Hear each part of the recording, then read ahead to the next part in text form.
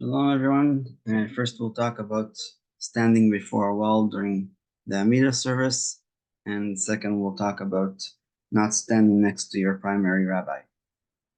So, as far as I know, they learned this law from King Hezekiah.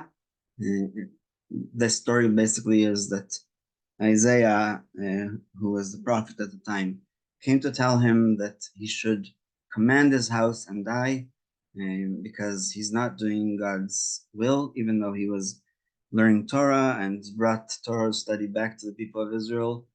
He didn't have a child to heir the kingdom, and Isaiah basically told him that you must have an heir, but since you didn't, you're going to die in 3 days.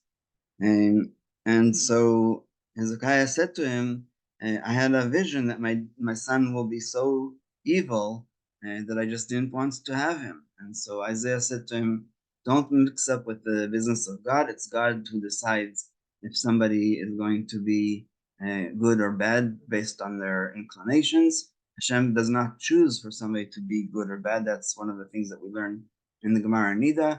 But anyway, Hezekiah said, okay, Isaiah, I heard your message loud and clear, and now leave. And he turned to the wall. He was on his deathbed, basically. He turned to the wall and he prayed to God to save him, and he will have a son. And Hashem sent Isaiah right back into the castle and told him the good news that he will live another 15 years. At that point, Hezekiah asked for Isaiah's sister in marriage, and because he believed that the merit of them two together will bring a good child. Unfortunately, Menashe was one of the worst kings ever.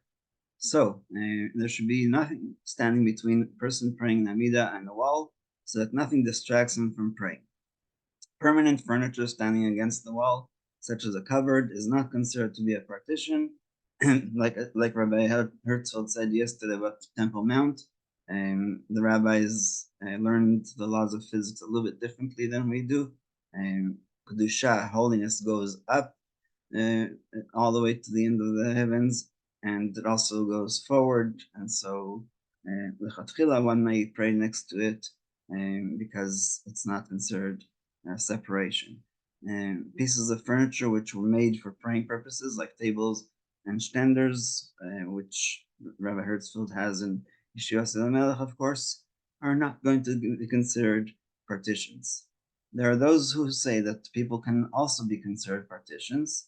However, this opinion is nothing more than an enhancement of the mitzvah, for it is impossible for all the congregants in synagogue to pray facing a wall, unless you have the Western Wall. Even at the Western Wall, when there's more than a few hundred people there, nobody's standing. Nobody's able to stand in front of the wall except for the few hundred that are able to stand in front of the wall.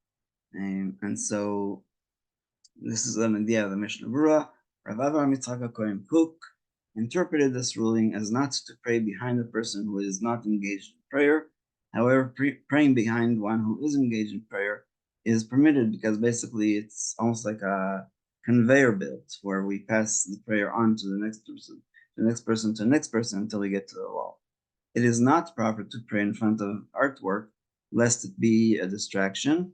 Therefore, the synagogue wall across from which people pray should not be decorated with artwork. In the Sephardi communities, they have lots of memorial boards or modim, which is useful for prayer, or Kaddish Yesh Lama for those Ashkenazi who unfortunately don't know it by heart. So there's very minimal art on those, even if they're lighted up. However, if the artwork is above eye level, it is permitted, for then there is no concern that people will be distracted by it while praying.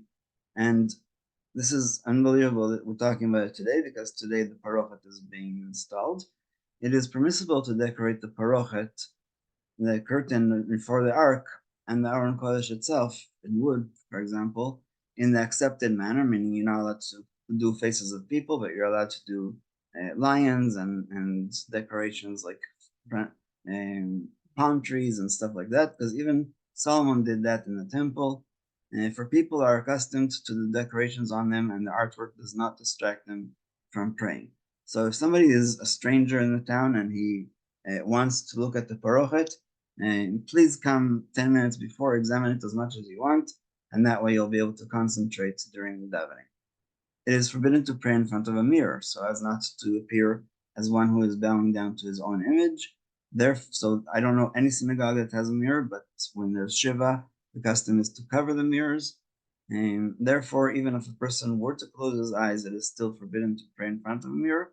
And basically, he didn't say it, but it's because other people don't know that your eyes are closed, and they'll see it as if you are praying to your own image. One should not pray at night in front of a window in which his image is reflected, since looking at his image will likely disturb his kavanah. However, if he were to close his eyes or look into the siddur, he would be permitted to pray there because nobody thinks that he's really praying to his own image because it's not very clear. This is what he concludes with.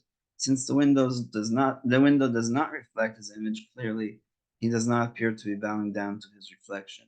In any case, it is good to install curtains over the windows facing the people praying in order to cover the windows before the Ma'ariv service. So, of course, this is practical mostly at night. We'll go to the next paragraph 7 in chapter 3. One may not pray near his primary rabbi. So a person may not recite the Amidah prayer too close to his primary rabbi, for if he prays alongside him, he presents himself as his rabbi's equal. An even greater prohibition exists against praying in front of one's rabbi, so as not to appear arrogant. Why do you go before the ark closer to your rabbi? And also the opposite, nor may one pray behind his rabbi, for should the rabbi finish praying before he does, the rabbi will feel uncomfortable when he cannot take 3 steps backwards, because that's another halacha that is related to the Amidah. Furthermore, the student may appear as though he is bowing down to his rabbi. I personally never saw something like that, and I've been to many yeshivas, but Rabbi Melamed has his opinion, and we should consider it. Who is considered a primary rabbi? The one who teaches him most of his wisdom, most of the Torah. The same ruling applies in relation to a prominent Torah leader of the generation. And so if you want to go stand behind, Rabbi Yeshiva died, Rav Shach died. I'm trying to think of a good example. Rav Chaim Kanievsky. If the student distances himself by 4 amot, approximately 6.5 feet, it is permissible. However, if he prays behind his rabbi, he must distance himself, 4 amot, and another 3 steps approximately, which is 60 centimeters. So that even if he were to extend his prayer, his rabbi would be able to take the 3 steps backwards, and we'll learn that when we get to the actual laws of Amidah. There are those who say that all these rulings refer to a situation in which the rabbi and the student are praying individually, or in a congregation where the student is the one who chooses to pray next to his rabbi. But if the gabaim, the ushers, or the word that we use for them, seat the student near his rabbi, or if that is the only vacant seat left in the synagogue, he is allowed to pray there, and there is no question of arrogance on the part of the student. I think that even if you stood next to the rabbi because of this situation, that's the only chair, it is appropriate to step aside and not be right behind your rabbi while they're praying, because you don't know if he'll finish before you or not.